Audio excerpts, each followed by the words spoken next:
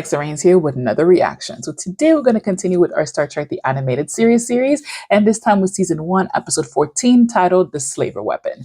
As always, if you're looking for the full-length reaction to this particular episode or any of my other content, you can find that on Patreon, and the link will be in the description below. And if you cannot support us on Patreon, that's completely fine. You could support us directly here on YouTube by liking this video, commenting, subscribing, and joining our membership program. So without any further ado, let's get into our episode. Okay. The Slaver Weapon. This story is the soft weapon. I wonder if it was like a written story, like a book, like one of those Star Trek books. Is en route to Starbase 25 with an important cargo. A slaver stasis box discovered by archaeologists on the planet Kazin. These stasis boxes are the most remarkable thing the slavers ever produced. Time stands still inside a stasis box. Oh. A billion years means nothing in there. We know they were masters of all the intelligent beings in this galaxy a billion years ago, until one race revolted. Are the stasis boxes the only source of information we have? The slavers and all their subjects were exterminated in the war that followed. Jeez. Intelligent life had to evolve all over again. The stasis boxes are the only remnant of those lost civilizations. Wow. Mr. Sulu, what is our position? Passing Beta Lyra, sir. 142 degrees northeast of Galactic Plane. It moved. This indicates there is another stasis box circling Beta Lyrae. Oh. Another one. Beta Lyrae is one of the rare spectacles of the galaxy. Almost every ship that passes stops to see it. Maybe no one else was carrying a stasis box detector. Possible. The only known stasis box detector is another stasis box. Oh. Stasis boxes and their contents. That's a beautiful are the only world. remnant of a species which ruled most of this galaxy a billion years ago. Their effect on science has been incalculable. In one was found a flying belt, which was the key to the artificial gravity field used by starships. Oh. As a result, all stasis boxes are now under the jurisdiction of Starfleet, and only certain key specialists handle them. The other box seems to be almost under us, perhaps 30 meters below the ice. Jeez. We won't have any trouble digging for it. In this low pressure, the ice should boil as soon as the phase is melted. Yeah, but we don't. Ooh.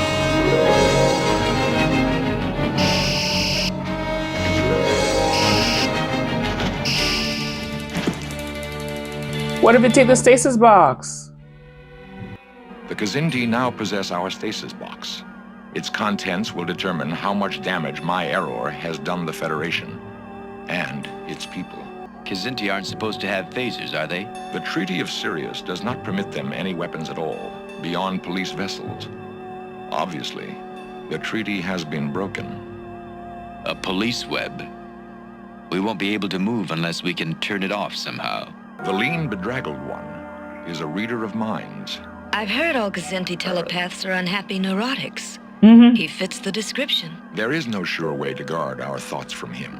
If you sense him reading your mind, think of eating a raw vegetable in the presence of the Kazinti. Do not say anything. Kazinti females are dumb animals. In an emergency, the Kazinti may forget a human female is an intelligent creature. Thanks. Thanks a lot. Lieutenant, I value your intelligence, but we may be able to seize an opportunity to escape if the Kazinti believe you have none. Stealing must be a habit with you. This ship, 2 stasis boxes. Kazinti archaeologists found both boxes, but the one we managed to keep was empty. It served us well as bait to draw you here, but the slavers had weapons that could devastate a galaxy. There could be one in that box. None of my crew has yet tasted human meat as our ancestors did. We would welcome the opportunity. Always you have had superior equipment. We seek a weapon that will defeat you at last. Then you're really working for the Kazinti government. The records will show the Trader's Claw is a stolen police ship. If we are captured, the highest of Kazin will repudiate us. Ah! Nothing like this has ever been found. We are the only ones who have it. Look at it, human. This weapon may well mean the end of mankind. Or not. It could be a water gun for all we know. You have observed the aliens. Can you read their minds? I can read Sulu with difficulty, Chuffed Captain. The other human is only a female. The third is a pacifistic herbivore. Surely you would not force me to delve such minds. If it is necessary. I realize the time you need to recover from each effort. Telepath, am I not affecting him at all? Is it the life support belt interfering? No, Chuffed Captain. He hears a faint whine, but he feels no ill effects. There is a vibration in the metal of his belt. Chuffed Captain, he is too alien. He makes me taste yellow root munched between flat teeth. Be glad if you need not read the Vulcan's mind.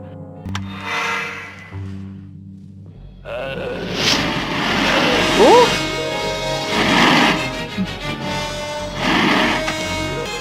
Telepath's suit is ruptured. Never mind that. The female is escaping. What of it? Fool! Human females are intelligent. Aww. Girl, you tried. Nice try. I'm slowing down. I used to run the 100 in record time. How long was I out? Did I miss much? Not much. A lot of good they'll get out of that rocket setting. We are fortunate none of the settings so far have been superior to the technology now available to the Federation. Very lucky. Mr. Spock, I can move. So can I. The police web is off. The fifth setting seems to be an energy absorber. Fascinating. Go.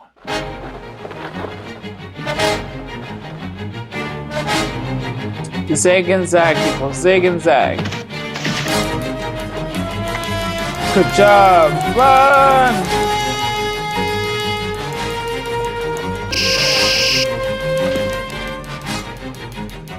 Chuffed Captain, what happened? I would rather not discuss it. Help me into the ship.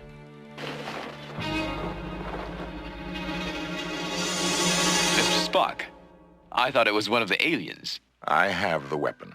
They've got Uhura and subspace radio. I kicked Shuffed Captain. Consider, Shuffed Captain has been attacked by an herbivorous pacifist, That's true. an eater of leaves and roots, one who traditionally does not fight. And the ultimate insult, I left him alive. Shuffed Captain's honor is at stake. He must seek personal revenge before he can call for help. That gives us some time. But I have a feeling, Mr. Spock, this weapon must have belonged to a spy, an espionage agent. I acknowledge your expertise in the field of weapons, Mr. Sulu, but I do not see how you can determine probable ownership.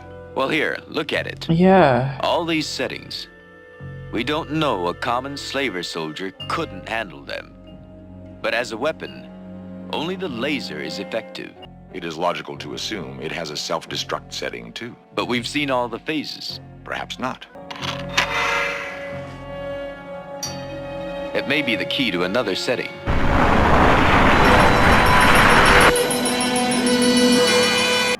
They don't think much of you.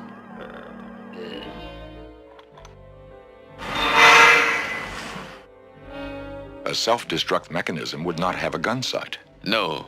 Let's see what this does do.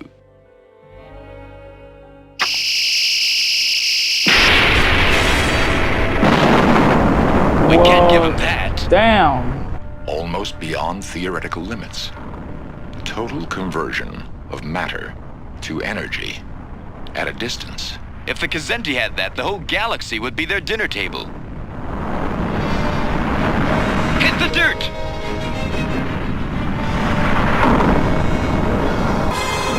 Where's the weapon? Guys.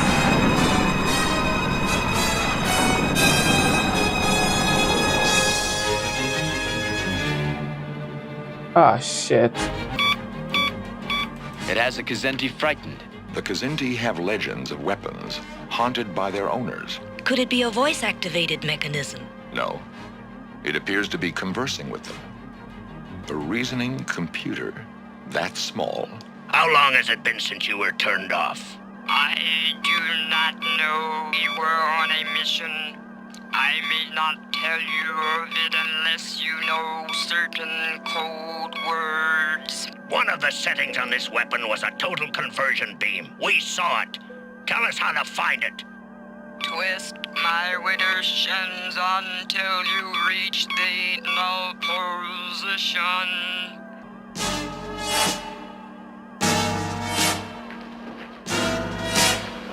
That's not what they had. That was not the total conversion beam No. setting. Assume you are a slaver war computer. You've been turned off. You do not know for how long. But when you were turned off, there was a war on. That's true. Now you are awakened by aliens you never saw before.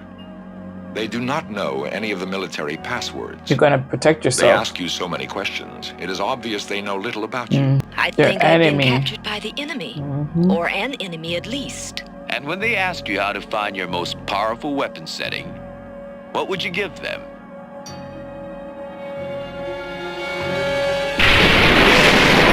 Self-destruct. Activate life support belts. It appears the total conversion beam was the only thing the slavers had that we do not. It never would have reached the museum, Lieutenant. There was too much power in that one setting. If not the Kazinti, the Klingons or some other species would have tried to possess it. Exactly. Damn. Strange how the past sometimes breaks through into the present.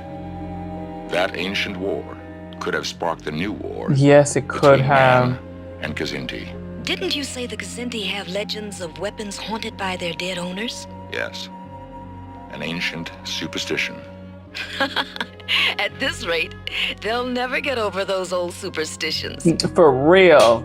All right, fam. So we just finished watching season 1, episode 14 of Star Trek, the animated series, the episode called The Slaver Weapon. This was a very interesting episode. So they found some slaver box from a civilizations many moons ago that I guess kind of controlled the entire world.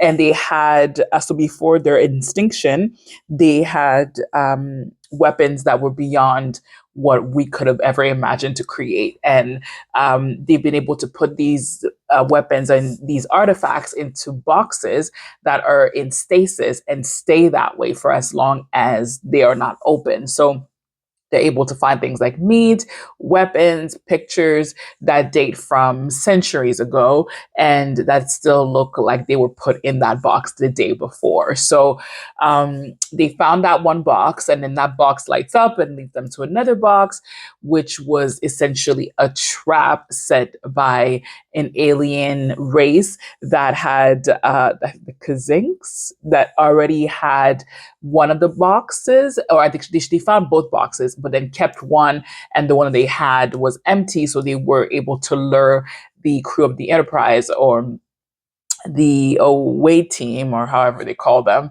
the ones that are on the mission, in order to try to get that box and see if they can find a weapon. And in it, they find food, they find a picture, and they also do find a weapon that they can't seem to figure out because it has so many settings. And then through a lot of like back and forths, they figure out that this weapon has a massive fire component that could destroy worlds. And if it's in the wrong hands, then it could cause issues. But it also had a computer. And once that computer was activated, that computer was able to protect itself because it did not know who these random people were, these random races, because the last time that it was used in a war. So it did what it knows to do, which is protect itself and protect the secrets of its people, and self-destructed. As such, our crew is safe and sound. I really enjoyed this episode, mostly because of how much Uhura we had in this episode. It was nice to it's nice to see her not part of the ensemble, but with only 2 other people as her counterpart. So it just gave her more to say, more to do. And I love the fact that Spock was able to commend her intelligence, because she's such an intelligent woman. She's a lieutenant after all. And and kind of seeing the fact that this other race did not see women as intelligent, but she has so much knowledge and she has so much wit and she's willing to spar with them. And I love that she had that little moment when they recaptured her to be able to spar with them and just tell them that, they don't think less of me, they think less of you. And I like that little moment that she had to be able to kind of poke at them. And yeah, and then we got to see Sulu a little bit more active as well in this episode, because he was the only one that the alien race was willing to communicate with. So it was nice to be able to see him kind of, strut his stuff a little. I mean, we always know that Spock is amazing, so it's great to see him in this episode, but it was nice to be able to see those two shine in that episode specifically. So I really enjoyed it. I hope you guys did too. And if you did, don't forget to like, comment, and subscribe. Tell me what your favorite part of this episode was. And what kind of fire weapon were you most impressed with?